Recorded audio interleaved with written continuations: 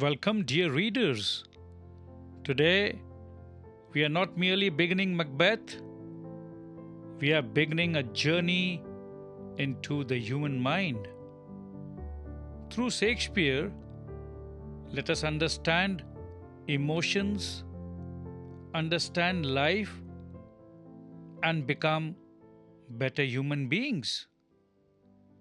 Before a king appears, before a battle is explained, before a single human hero enters, Shakespeare does something extraordinary.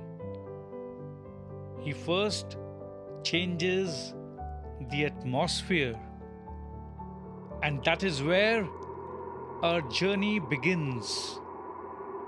On your screen, notice the very first stage direction, a desert place. Before we read any dialogue, let's pause here. This is our first Shakespeare lens.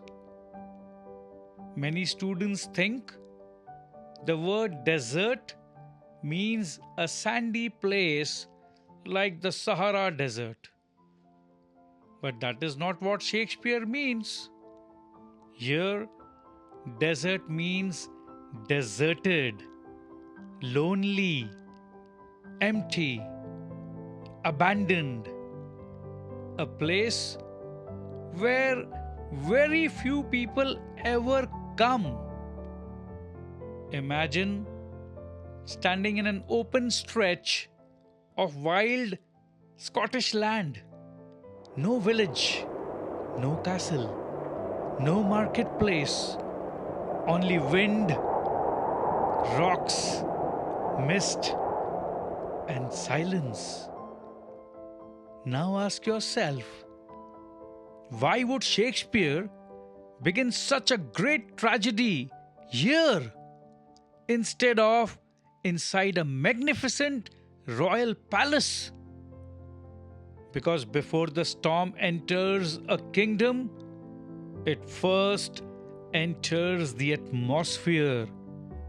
And before evil reaches society, it often begins in lonely places where no one seems to be watching.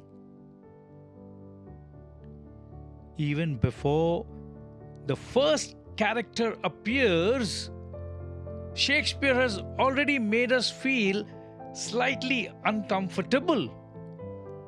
That is the power of great literature.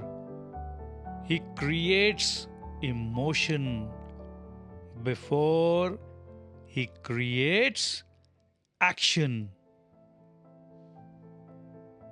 Now read the next stage direction. Thunder and lightning. Notice something remarkable? Nobody has spoken yet. And yet, the play has already become dramatic. Why? Because nature itself has become the first character.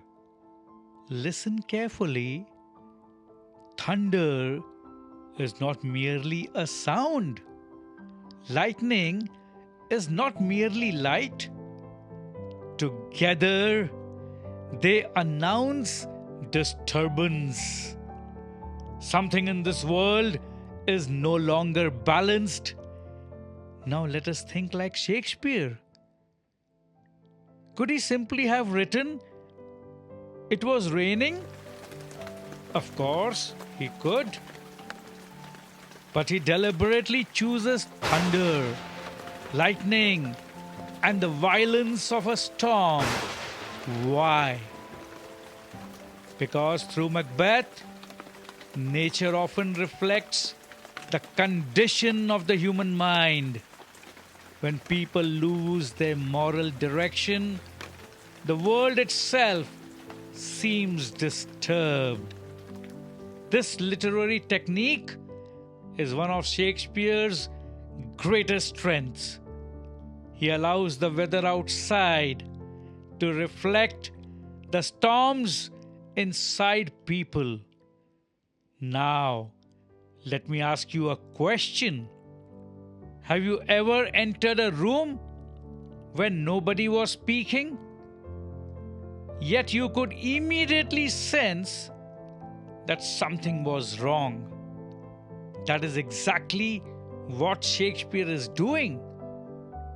Before we meet anyone, we already feel that this world is not at peace. Now comes another stage direction. Enter three witches. Notice carefully. The hero has still not appeared. Instead, three mysterious women walk onto the stage.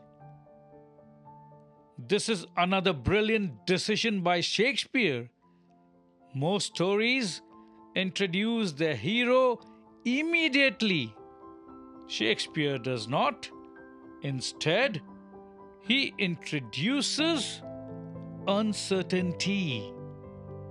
Now, another Shakespeare lens. The word witch carries many ideas in history. During Shakespeare's time, many people genuinely believed that witches possessed supernatural powers. Today, we study these beliefs as part of history and literature, not as established fact. For Shakespeare's audience, however, the appearance of the witches would have created immediate tension. But notice something else. These women are not frightening because they shout. They are frightening because they are calm. The storm is violent. They are peaceful. The weather is chaotic. They seem completely comfortable inside it. Almost as though this is their natural home. That contrast makes them unforgettable. Now we hear the very first spoken words of the play. When shall we three meet again? Let's pause immediately.